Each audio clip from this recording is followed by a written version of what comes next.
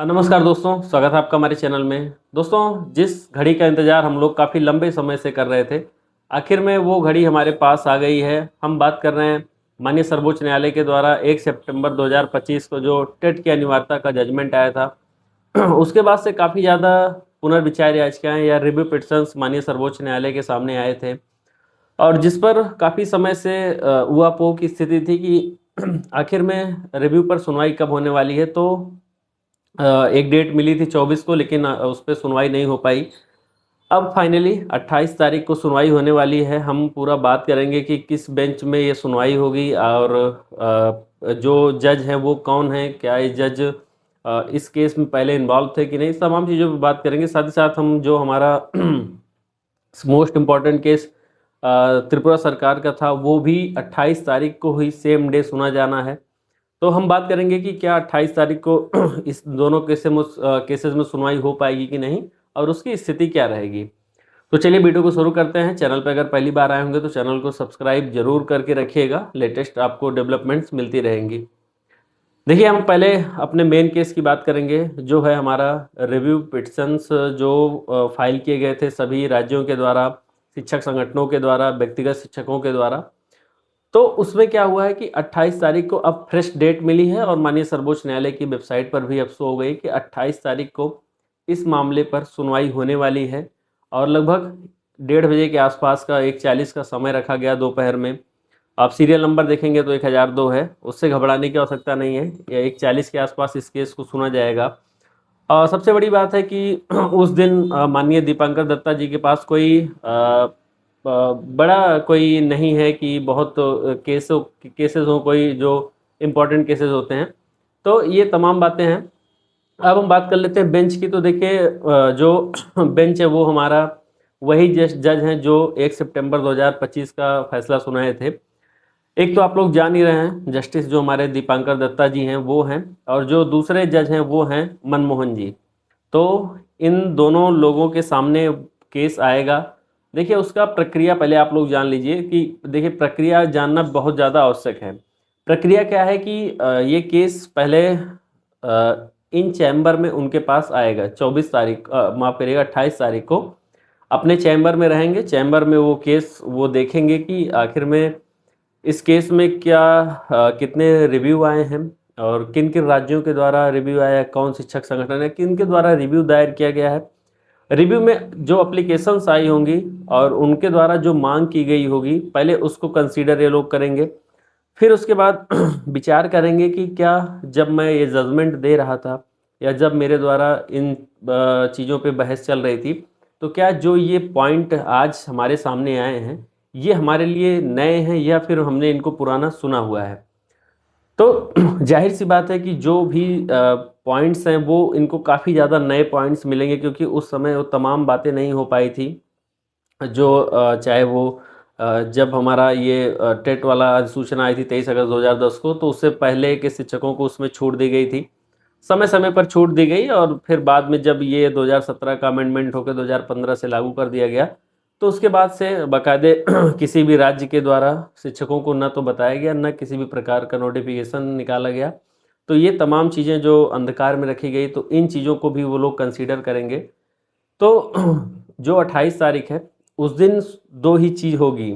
अगर 28 तारीख को या तो केस डिसमिस कर सकते हैं, और जिसका प्रबल चांस है कि डिसमिस नहीं करेंगे, और जो सेकंड नंबर है वो ओपन हियरिंग का है, जो खुली सुनवाई होनी है, जिसमें फिर सभी वकील जो हमारे माननीय हायर किए गए हैं या फिर जो राज्यों के वकील रहेंगे, ये सभी लोग उस पर फिर अपना जो है वकालत करेंगे और उसके बाद विचार विमर्श होगा, जो इस पर फिर डेट लगेगी फ्रेश केस की तरह। उसके बाद उसका भी समझौता डायरी नंबर वगैरह मिल जाएगा। तो ये चीज़ें अब यहाँ पर होने वाली हैं। तो 28 तारीख को 1:40 के आसपास आप लोगों को डेवलपमेंट्स इस पर मिलेंगी। जो कुछ भी होगा धैर्य बना के रखिए। आप लोगों ने लंबे समय तक धैर्य बना के रखा और हमने आप लोगों को आश्वस्त किया है कि जो है रिलीफ प्रदान होना तय है। वो किस प्रकार होगा, उसका जो दायरा होगा कैसा होगा, और वो कल परसों मिल जाएगा रिलीफ या लंबे समय बाद मिलेगा, कब मिलेगा, लेकिन 2 साल में किसी भी टीचर की नौकरी नहीं जाने वाली है। एक चीज़ और याद रखिएगा कि जैसे ही जो 28 तारीख को मान लीजिए वो ओपन हियरिंग के लिए भेजते हैं, केस में फिर से सुनवाई होने की बात होती है, तो जो 2 साल का क्राइटेरिया है वो ऑटोमेटिक उस पर स्टे हो जाएगा। तो 2 साल का जो क्राइटेरिया है वो अपने आप कुछ समय के लिए होल्ड हो जाएगा। मैं ख़त्म नहीं बोलूँगा, होल्ड हो जाएगा जब तक कि इस केस का दोबारा जो कोई फैसला निकल कर सामने नहीं आता, तब तक ये फिर एज इट इज़ बना रहेगा होल्ड की स्थिति में।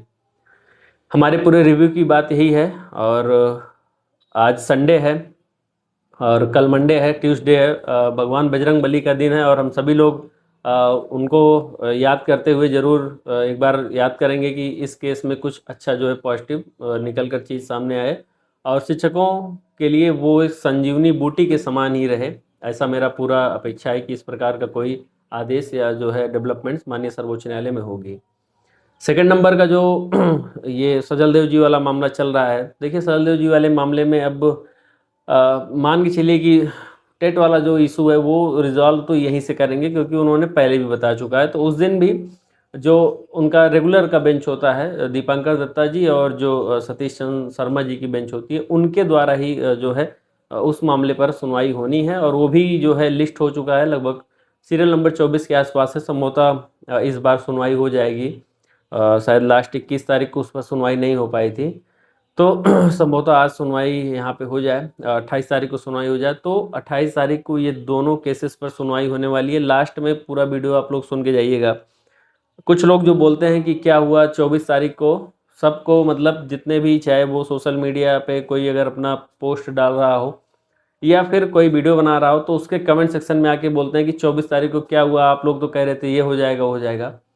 लिस्टिंग की प्रक्रिया अगर हो गई होती है, अब उसके बाद उस पर सुनवाई अगर जज साहब नहीं कर पा रहे हैं समय की कमी के कारण, या फिर कुछ और इशू हो, वो जज साहब उस दिन ना बैठें बेंच में, उसके लिए तैयार रहना चाहिए। आपको अपना जो माइंड सेट है उसको बिल्कुल क्लियर करना चाहिए कि सुनवाई अगर होनी होगी तो वो होगी, नहीं होनी होगी तो नहीं होगी। उसमें कोई कुछ कर नहीं सकता है, वो जज साहब के ऊपर है कि वो सुनना चाह रहे हैं कि नहीं, उस दिन केसेस का लोड कितना है और एक केसेस पर कितना टाइम वो स्पेंड कर रहे हैं, इस हिसाब से वो चीज़ें तय होती हैं। दूसरा सबसे बड़ी बात, पहले एक टेंटेटिव डेट आती है। टेंटेटिव मतलब अस्थाई जो है तारीख आपको दी जाती है कि मे भी लिस्ट हो सकता है आपका केस 24 तारीख को। यही बात आई थी 18, 19, 20 के आसपास, यही चीज़ आया था कि 24 तारीख को आपका केस लिस्ट होगा। रिव्यू वाले मामले में मैं बात कर रहा हूँ। अब हुआ क्या कि 24 तारीख को दे दिया, लेकिन 24 तारीख को फिर नहीं हुआ, 23 को रात, देर रात, फिर उसके बाद माननीय न्यायालय की वेबसाइट जो है उस तारीख को बढ़ा के 28 कर दी। तो ये चीज़ें होती हैं, पहले अस्थाई डेट आती है, लेकिन अब ये अस्थाई डेट आ गई है। अब टेंटेटिव नहीं लिखा है, बाकायदे उसका सीरियल नंबर और जो है कोर्ट नंबर कौन सा है, साथ ही साथ कितने बजे ये इसमें अपीयरेंस है, ये तमाम बातें अब लिख उठी हैं। तो मेरा कहने का मतलब है, धैर्य बहुत ही आवश्यक चीज़ है, कि धैर्य होना बहुत ही ज़रूरी है। विचलन जितना जल्दी होगा उतनी स्थिति खराब होगी आपकी। बहुत जल्दी विचलित नहीं होना, ना बहुत जल्दी किसी बात को लेकर घबराहट होना है। आपके आप ही नहीं, तमाम जो है शिक्षक इससे परेशान हैं और इससे सभी लोग निकलेंगे। और दूसरी बात है कि थोड़ा सा नेगेटिविटी से बचे रहिएगा। संभवतः हम लोगों के वीडियो के प्रभाव से या जो कुछ भी हो, अब थोड़ा सा नेगेटिविटी वाले लोग भी थोड़ा पॉजिटिव बात करने लगे हैं। लेकिन फिलहाल मैं एक ही बात कहना है हमको कि आप लोग होप बना के रखिएगा। 28 तारीख को संभवतः 99.9% चांस है कि इस पर सुनवाई होनी है। 0.1% हो सकता है कि उस दिन सुनवाई हो या ना हो, क्योंकि वो जज साहब के ऊपर डिपेंड होता है। अब संभवतः कोई अगर बड़ी अपडेट आती है तो हम आपको अवगत करवाएंगे, नहीं तो 28 तारीख को फिर हम आपसे मिलते हैं और पॉजिटिव न्यूज़ के साथ संभवतः मिलेंगे, ऐसा मुझे पूर्ण विश्वास है। बाकी अगर वीडियो पसंद आई हो तो लाइक ज़रूर करिएगा, और आप लोग क्या सोचते हैं इस केस के बारे में, एक कमेंट आप लोग कर सकते हैं।